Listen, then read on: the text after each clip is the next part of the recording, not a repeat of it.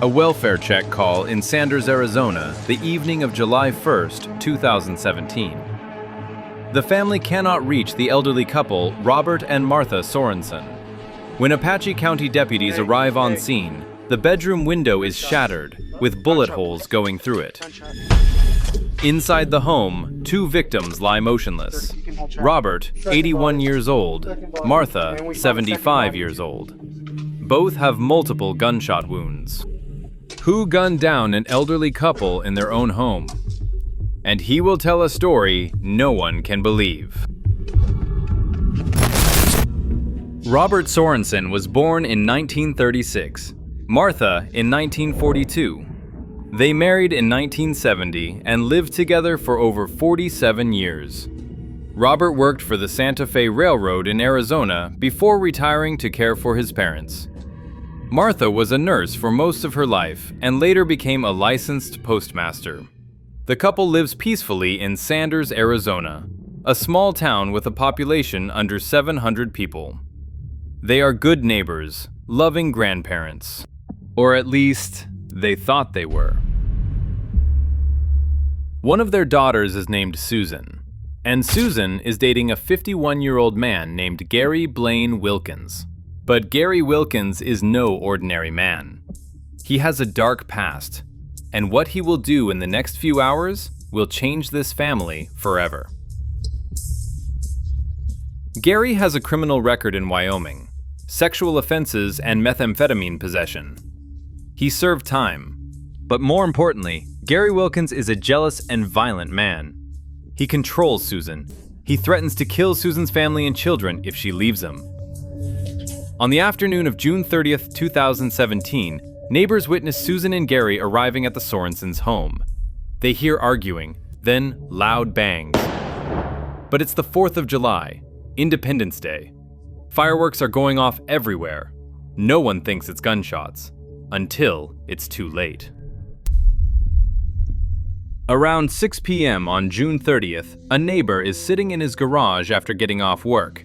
A vehicle pulls into the Sorensens' driveway. Seconds later, loud bangs ring out.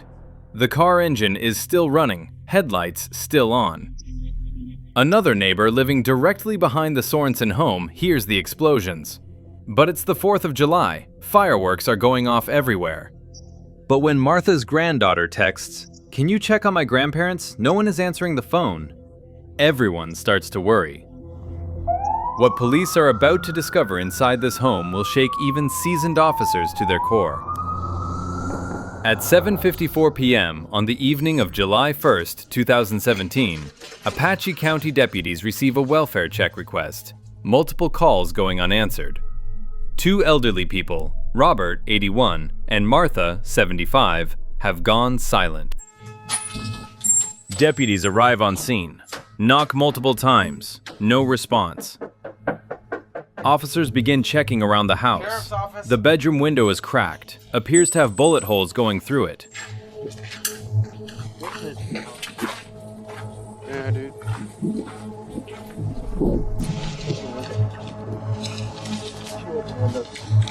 Yeah, that one's the one.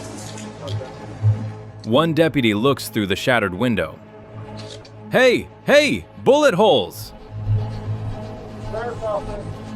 Hey. Gunshot. Huh? Gunshot wounds. Gunshot. Put it on the radio if possible. He observes a male victim lying on the floor, clearly suffering from multiple gunshot wounds. This is no longer a welfare check. This is a homicide scene. Deputies are forced to breach the home. Second victim! Martha Sorensen is lying on the living room floor, face down. Code 4. It's gonna be a possible homicide. Bad. Oh, we're 330 myself and 34 will be kicking down the door of the house. 30, you can hold that. Second body.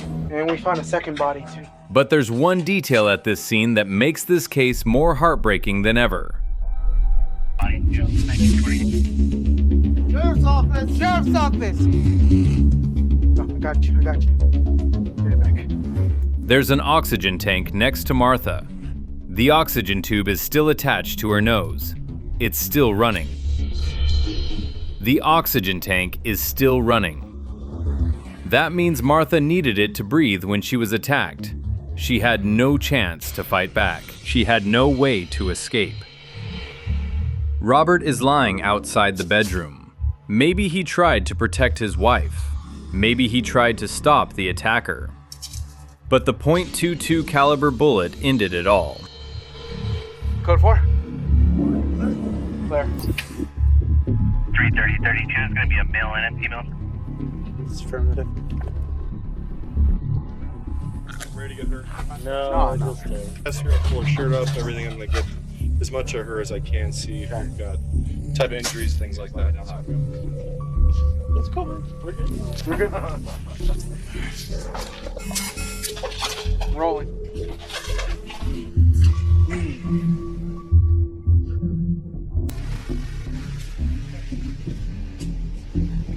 So, what I have you do is hold up her right hand. This one. She's bigger. Yeah. All right, let's try and lift that shirt up if we can. Go for it.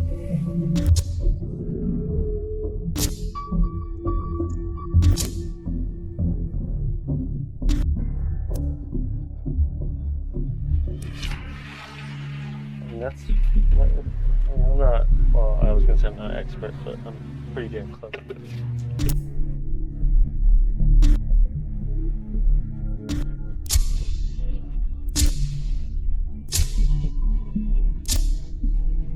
Okay, I'm gonna go talk to these guys, see if they're here. Okay. Police interview neighbors. Very quickly, one name comes up: Gary Wilkins. Witnesses say that the day before, they saw Susan and her boyfriend Gary arriving at the Sorensens' home. There was arguing, then loud bangs. But because it was the 4th of July, everyone thought it was just fireworks. Talking with the family. Yeah. We heard a loud noise, a car going down the street Okay. at 10 o'clock roughly. About 10. 10:15 to be The exact. vehicle, you know, I know it's just a dark vehicle. Was it a sedan? I'm sure. I couldn't even tell you what it was. Oh, I wasn't even focused on it. Yeah. All I saw was a car going in. And I never thought it was what really happened was happening. I just thought Susan pulled up and they were on. The Sorensen family confirms Gary Wilkins is the suspect. He has a criminal record. He's violent. He threatened to kill the family if Susan left him. No, straight down a little hill. Oh, just straight down? It looks like the headlights still pointing this door. Okay.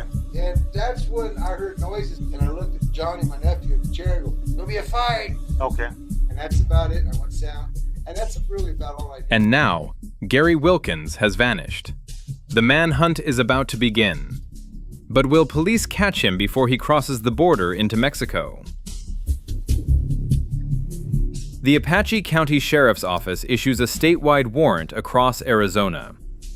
Gary Wilkins, 51 years old, is considered armed and extremely dangerous. Is he here? Yeah. Okay, may we speak with him? Okay.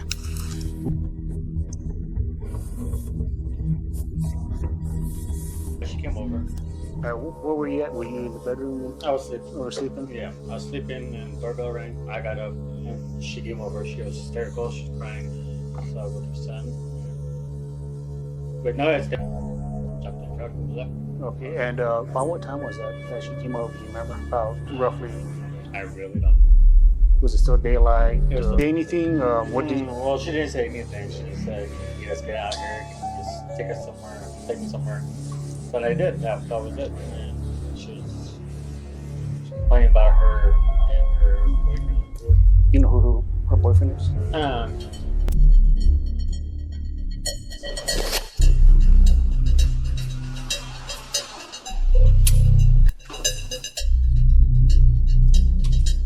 How's it going? Okay. No, I'm just here. I'm about that fifth trailer in the back. Yeah. We get out of there, and they transferred all this stuff to that trailer there. Uh-huh. So I don't know what's in there. Oh, it's actually open. It's open. Oh, it's been open. Sometimes the wind blows.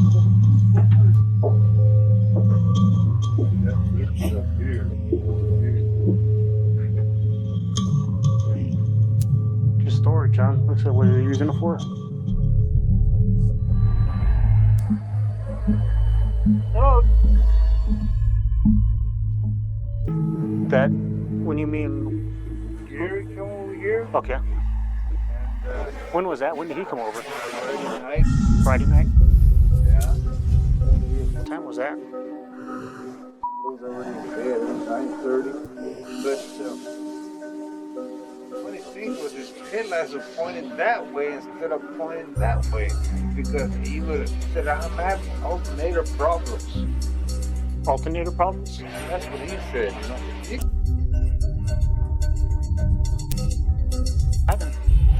Black, Okay. one way he left, he was I was having a problem with my headlights. He says, but it's okay now, it's okay. But, you know, that guy's pretty strong. He's kind of a vicious. He's never fought with you or anything like that? This way, he Chico rock, rubber hide in the closet. When she was at their house? And that's what Susan told you? Did she say what wanted her to... Why she wanted him to hide in the closet?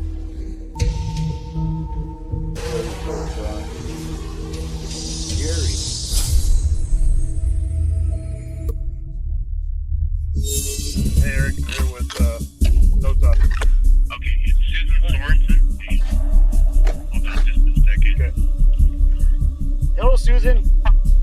Hi. Hey, this is Tony with the sheriff's office. Susan, Where you where at? are you at right now? I'm in Winslow.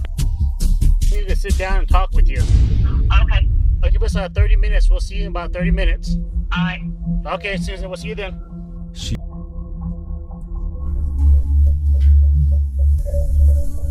And then from there, we started asking about her boy and just asking about his history and their history together as a. Susan at that point knew about what happened to her parents.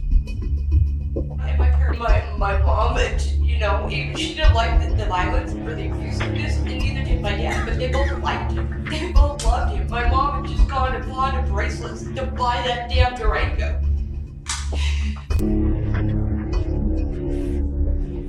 It was on a warpath because I left. When Gary called you, did he make a direct threat? I needed to come outside and pay my debt. And I said, what are you talking about? He said, I told you what I would do to you if you were ever to leave me. You Well, figured that. no, that was it, because in times past, and he, you know, he told me that if I were to ever leave, you know, leave his side or leave his side, that, you know, that would be an ass beating, you know, that would be in you know, or worse. And so, you know, when he said that, he didn't have to say anything because that's what he yeah, you know, it was a debt. I always told you what I would do to you if you were to leave, and, you know. So his dad. My dad said, well, he said, I'm proud of the decision you're making and I love you. Didn't get much sleep that night, but I kept hearing stuff. So that next morning, I woke up and I tried to call my mom and I didn't get an answer. And, you know, like not even a couple hours go by, but tried calling her again and I didn't get an answer. He talked to my dad again. On July 2nd, Gary visits a relative in Winslow, Arizona. There, he admits that he killed 2 people. After that, he continues moving to Queen Creek, Arizona. He says he's going to flee to Mexico. Arizona Department of Public Safety issues an alert. Gary Wilkins may be heading to Mexico. If spotted, do not approach. Doing good. I'm Deputy Charter, Patrick County Sheriff's Office. You probably met before. We're here to attempt to locate a horse trailer that belongs to the Sorensen family. In see if just to come pick it up. But That's the only horse trailer I know of around here. okay, I'm getting big buildings now. gotcha. Oh, I don't see it. Guys. I don't see it. Go. So we'll just go over there and check it out. Okay. Okay, thanks, sir. Yeah, thank you. All right.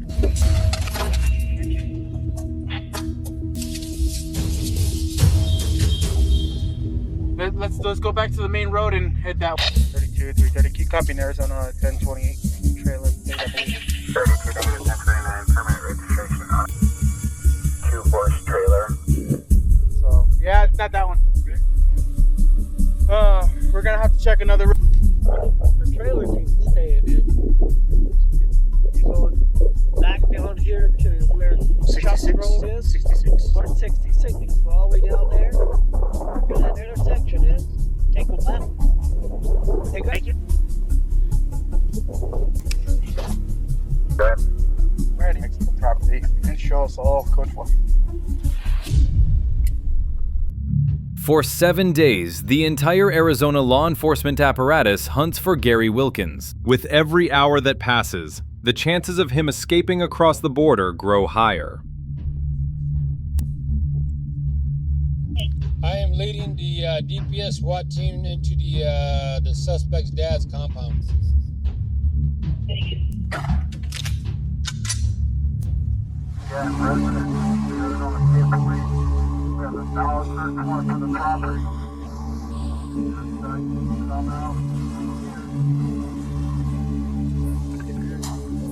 Huh? Well, he usually don't.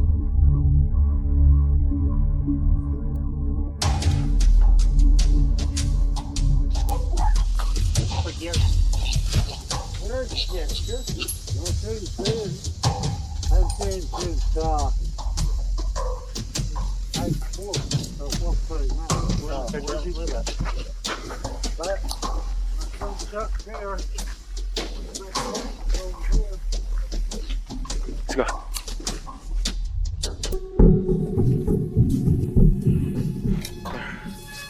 Clear. Move. Yeah.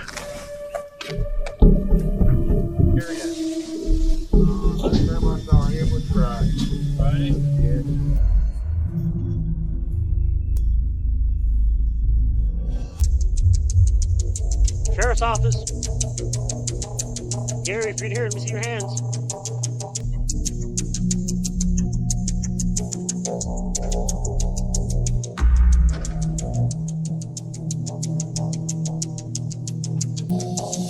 Oh, here it is. Yeah, he has it with him.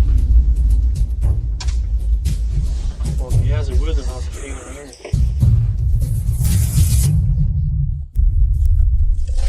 If I had to guess, I thought maybe he was heading Winslow.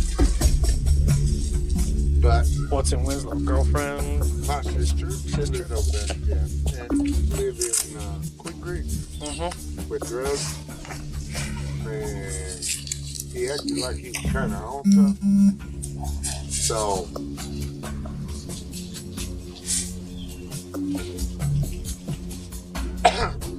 Okay. Where's your kid folk live in Queen Creek? he used to know, but it's changed up so much. They told me I wouldn't even realize Quick Creek. Okay. Sorry for bothering you. My name is Roscoe Pereira. I'm a commander with the Apache County Sheriff's Office. Hi, good to meet you. Do you have a few minutes? I do. Speak? Do you want to come in? Sure, if that's possible. About 6:30, he was pounding on my front door and ringing the doorbell, and I sleep upstairs, so I don't hear nothing that happens down here. So my son got up thinking that one of our cars got hit open, and there's my brother Gary standing there. He was here yesterday? Yesterday morning, about 6:30. He's in a Dodge Durango. I just don't know what to think. But anyway, so my brother said, "Man, I need to get to Mexico." Where do you think he would go? I'm thinking about this. We have a cousin that lives in Apache Junction. He may try to contact her. I'm trying trying to get into his head. So I'm thinking our mom is buried. Like that, if he is on the run, he would probably go to the cemetery to go make his peace with our mom. He told you that? He told my son that. Okay. That's what he told my son. But I can call and have Yes, him. you can speak to that. Yes, and I'm sorry to meet you under these circumstances, but No, yes, I understand. we are working a double homicide.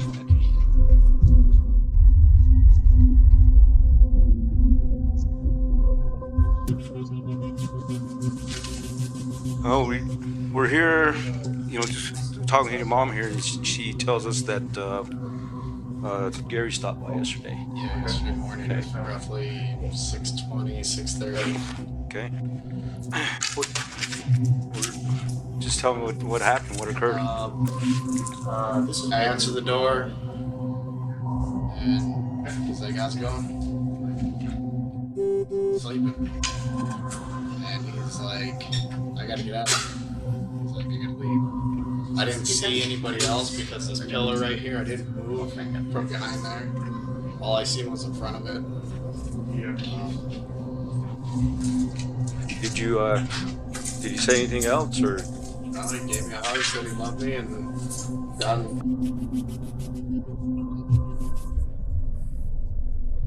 I'll start the photos real quick, and after that we'll move up a little.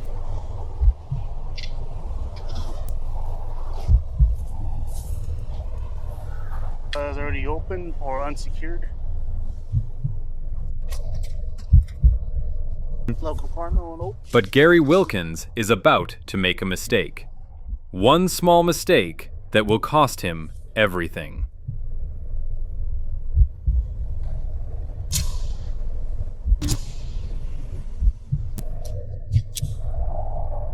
Going to use the time 13:30.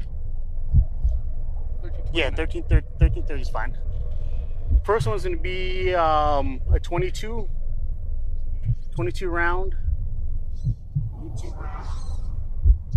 On July 7th, 2017, in Mesa, Arizona, Gary Wilkins assaults someone at a bus stop. Mesa police are called to the scene. When stopped, he gives a fake name.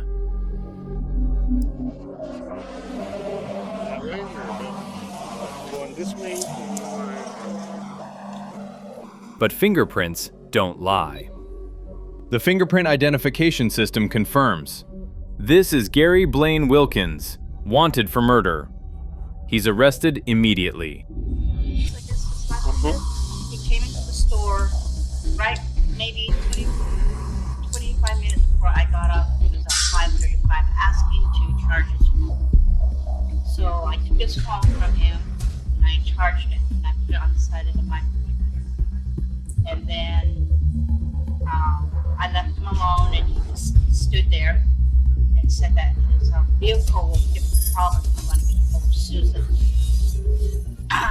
So I didn't bother him.